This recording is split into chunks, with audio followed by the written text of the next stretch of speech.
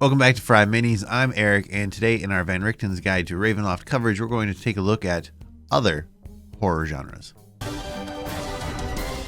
So if you haven't already seen, we've covered the fully fleshed out horror genres in other videos.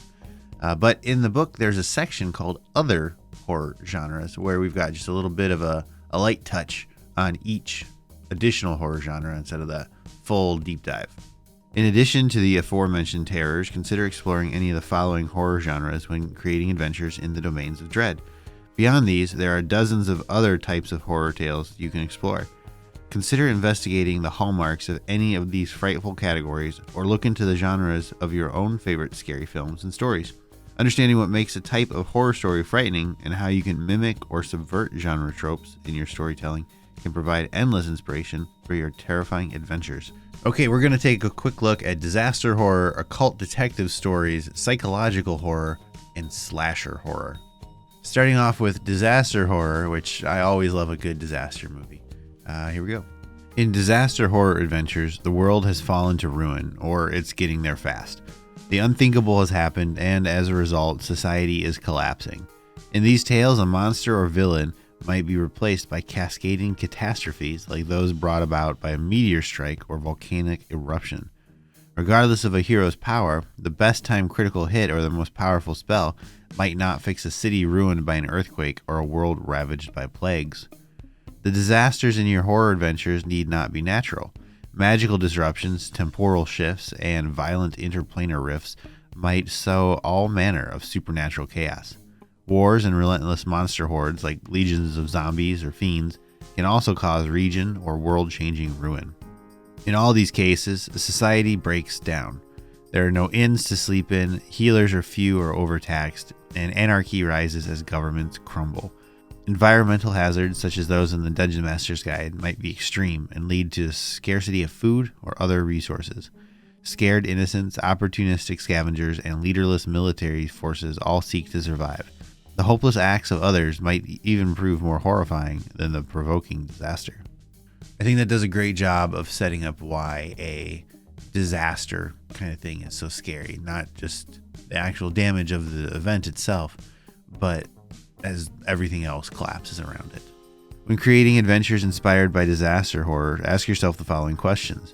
What is the disaster? Is it natural, a supernatural event, or the effect of a terrifying weapon? Is it war or endless throngs of monsters? Was the disaster somehow manufactured?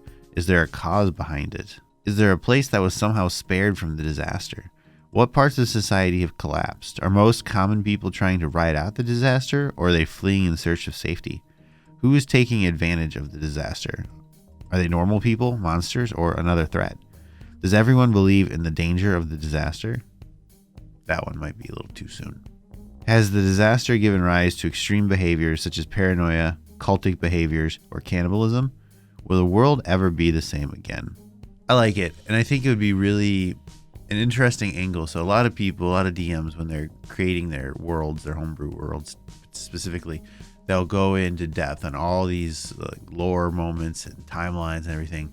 But I think it'd be pretty interesting to see what happens if you literally smash a meteor into the middle of it and rebuild around it.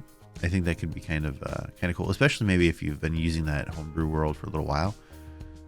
Just smash it up, see what happens. Up next, we have occult detective stories. Adventures rooted in the occult detective genre straddle the line between fantasy, mystery, and horror.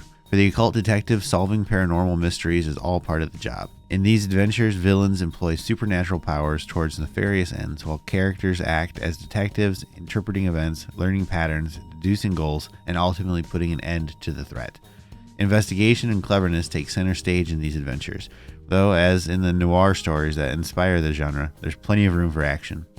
Occult detective adventures can be just as terrifying as any other horror adventure, but also might be lighter in tone. Adventurers might experience terrors only after they've happened, and face a foe only once they've prepared to end its threat. Of course, there are always ways to create threats distinct in this genre, such as when villains view detectives as rivals or targets. Creating an occult detective adventure, consider what monsters, magic, or other supernatural forces might lend a thrilling twist to some criminal enterprise. How will the characters catch an invisible assassin, or a thief that pilfers extra-dimensional spaces? Once you know the villain's mode of operation, consider how it might give itself away. Even if you're not sure, listen to the characters' plans and give them opportunities to feel brilliant in the course of running your adventures. I think you could put Hellboy here. I think a Hellboy campaign would be cool. I know there's a TTRPG for Hellboy.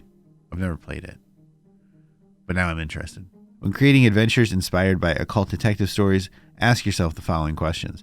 What criminal or supernatural force is at large? What crime is it committing, and how is it a problem? Who wants the villain stopped? Do they have a personal reason for this? What evidence has the villain left behind? How is the evidence initially misleading? What clarifying evidence will the characters discover in the course of their investigation? How are the villain's deeds terrifying or suggestive of a larger plot? Are the characters threatened? How might the characters trap the villain, draw them out, or predict their next move? I like that this one is so strategic, but it still makes time to call out. If the players have a good idea, go with it. And for 3 of 4, we have psychological horror. Psychological horror stories create suspense by heightening or calling into question characters' states of mind, emotions, and perceptions. They often highlight the difference between what characters think and how they behave. When creating adventures rooted in psychological horror, consider common fears and anxieties. These readily become metaphors for villains and monsters. Fear of being judged by one's peers might manifest as a jury of Nothics, while fear of change could be represented by a Medusa that petrifies those who threaten her community's status quo. Uncertainty, paranoia, and blurred lines between reality and fiction also shape psychological horror stories. In your adventures, this might take the form of unreliable information. Characters might experience a deadly encounter only to wake up at the end, not having previously realized they were asleep. Before undermining character senses, though, make sure you know what's driving those skewed perceptions and how characters might overcome them. The fear and stress section later in this book provides some option for dealing with the stress of adventuring. If some force is actively trying to cause stress for your characters, this might lead to its own psychological horror adventure. This sounds great, but I don't think I would ever use this at my table. Character stress often leads to player stress, and I don't think I've ever had a player that wants to be stressed. I'm sure these make great games, just not with people that I know. Be aware that some classic psychological horror tales stigmatize mental illness. Work to avoid such tropes in your adventures as you consider the following questions. What are your characters afraid of? Is a wizard afraid of losing their memory? Is a fighter afraid of growing old? Does a cleric fear their god is a lie? If every monster is a stand-in for something people fear, what do your favorite monsters embody? Can your adventures accentuate that? Why might a character think everyone around them is lying to them? Might this be paranoia, an actual conspiracy, or both? Who or what could pull the strings on such a plot? How can the environment change to undermine characters' sense of reality? The myths already play into this, as could structures with no doors or stairs with no end, but what else might? Yeah, I think, like I said, I think you could make some really compelling stories here. Julie would not be happy if I brought this on board. And finally, slasher horror. Every monster is a story, and many of those stories are horror stories. This brand of horror contends with relentless killers, which might be people or monsters. These adventures revel in grisly detail, the suspense of an impending showdown with a powerful foe, and the fear that death waits right around the corner. Adventures of this genre typically include one major antagonist that threatens a group.